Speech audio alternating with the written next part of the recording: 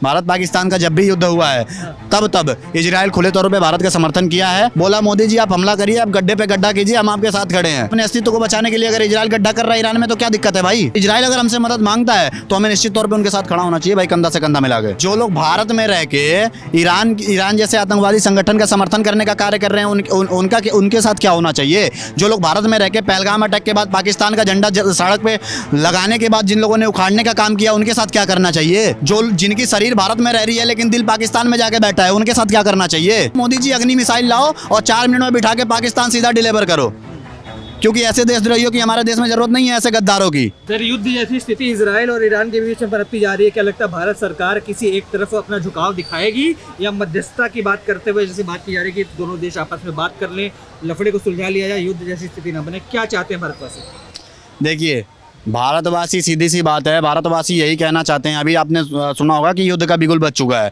तो युद्ध का बिगुल बज चुका है तो भारतवासी तो यही चाहते हैं कि भाई हम इजराइल के साथ खड़े रहें। क्योंकि पाकिस्तान जब भी भारत पाकिस्तान का जब भी युद्ध हुआ है तब इजराइल खुले तौर पे भारत का समर्थन किया है और मतलब जैसे करना चाहिए हर तौर पे खड़ा रहा है। अभी कुछ दिन पहले पहलगाम अटैक के बाद जब हमने पाकिस्तान में हमला किया था उसके बाद तुरंत सबसे पहले नेतन्याहू का फ़ोन आया, बोला मोदी जी आप हमला करिए, आप गड्ढे पे गड्ढा कीजिए, हम आपके साथ खड़े हैं। तो क्या लग रहा है इस समय तो लोग देश में भी ये भी कह रहे हैं कि ईरान के साथ खड़े हो जाओ, पाकिस्तान भी कह रहा है कि सारे दुनिया भर के मुसलमान एकजुट हो जाओ और ईरान के साथ खड़े हो जाओ। तो भाई उनकी सीधी सी बात है ना। आप ये समझिए कि क्यों इस्लामिक कंट्रियों को एटम बम बनाने का परमिशन नहीं दिया जाता, क्योंकि ये सारे के सारे इकट्ठे होकर नॉर्मल कंट्रियों को परेशान करेंगे। ठीक है, तो वही अपने अस्तित्व को बचाने के लिए अगर इजराइल गड्ढा कर रहा है ईरान में तो क्या दिक्कत है भाई। पर लोग कह रहे हैं इजराइल ने भी बड़ी त्रासदी मचाई है फिलिस्तीन के ऊपर। तो पहले इजराइल पे किसने हमला किया? पहले तो गाजा ने किया ना। अब तुम हमला करोगे तो भाई तुम्हें समतल करने का काम तो इजराइल करेगा ही, क्योंकि इजराइल में वो कॉन्सेप्ट नहीं है कि भाई जिसने हमला किया हम उनको सिर्फ मारेंगे। क्योंकि उसे पता है कि जितने भी इस्लामिक कंट्रपंथी हैं सारे के सारे आतंकवादी हैं, सबको मारने का काम करो लाइन से। ईरान का हम क्यों समर्थन करें भाई? क्या किया ईरान ने? सस्ता तेल हम रसिया से खरीद लेंगे। और बताइए। पर लोग कह रहे हैं कि अब ईरान अगर नस्तनाबूद हो जाएगा तो फिर सऊदी अरब का तेल पे दबदबा बन जाएगा, महंगे दामों पे तेल बिकेगा, भारत में कहीं ना कहीं महंगाई बेरोजगारी। देखिए 10-20 रुपए अगर महंगा खरीदना हो ना तो हम भारतवासी ऐसे हैं कि हम खरीद लेंगे।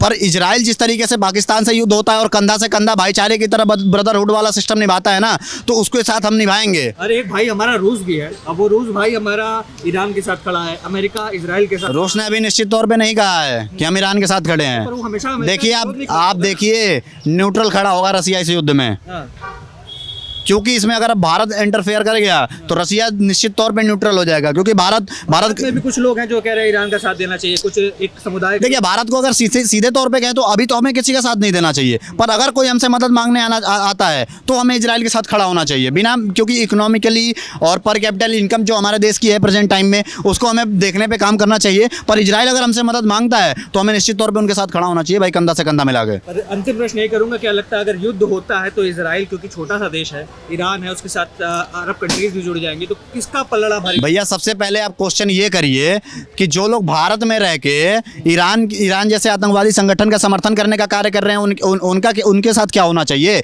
जो लोग भारत में रह के पहलगाम अटैक के बाद पाकिस्तान का झंडा सड़क पे लगाने के बाद जिन लोगों ने उखाड़ने का काम किया उनके साथ क्या करना चाहिए। सबसे पहले सवाल तो ये होना चाहिए ना, जो जिनकी शरीर भारत में रह रही है लेकिन दिल पाकिस्तान में जाके बैठा है उनके साथ क्या करना चाहिए।